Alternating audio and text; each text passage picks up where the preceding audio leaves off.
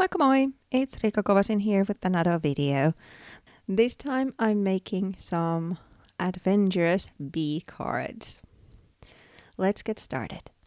First I'm making the card bases. For that I'm using this craft cardstock because I want the cards to be a kind of eco or autumn-like. So I feel that this brown color is perfect for these card bases.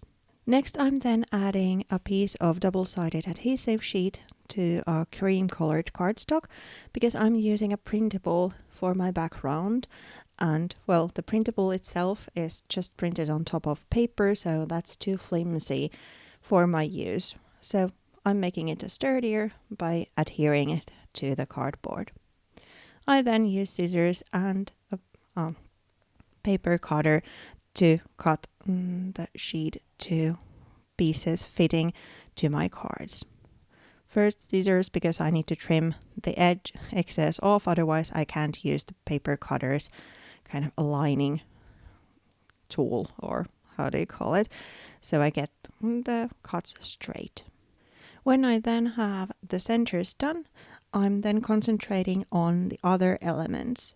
At this stage I'm still thinking of adding another printed element to the cards, but as you can see a little bit later on, I then leave that off because I feel that, well, the composition doesn't need that one, but you can still see the little pumpkins peeking around here and there before I then edit them out.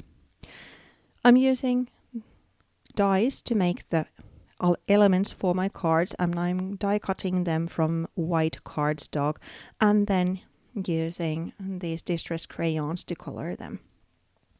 I'm first just scribbling with the crayons to the piece and then using a wet brush to spread the color so they are more like watercolor looking. I used the same coloring way for the two wreaths and to the bees and then a couple of plants.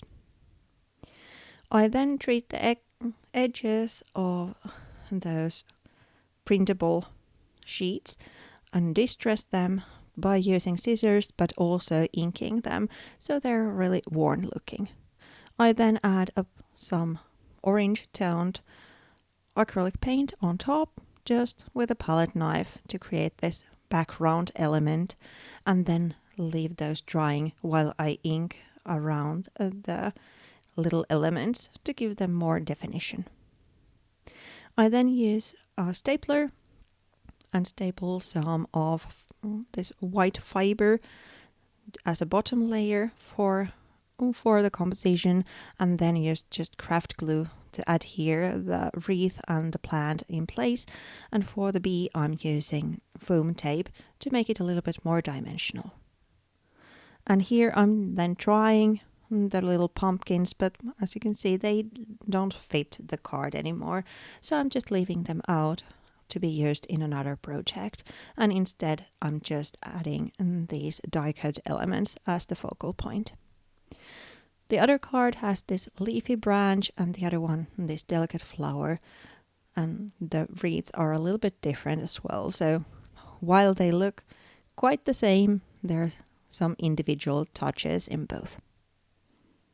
I'm still trying the pumpkins because I really would like to have them to make these cards a little bit more autumn-like, but well, then I just realized that they don't fit and add a little bow with some baker's twine instead, and then finish the cards with a couple of white sequins here and there. There's also the sentiment sticker.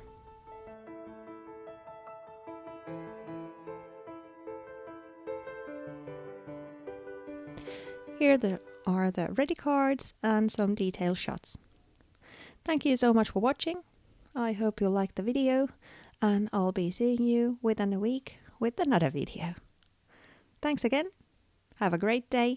Bye.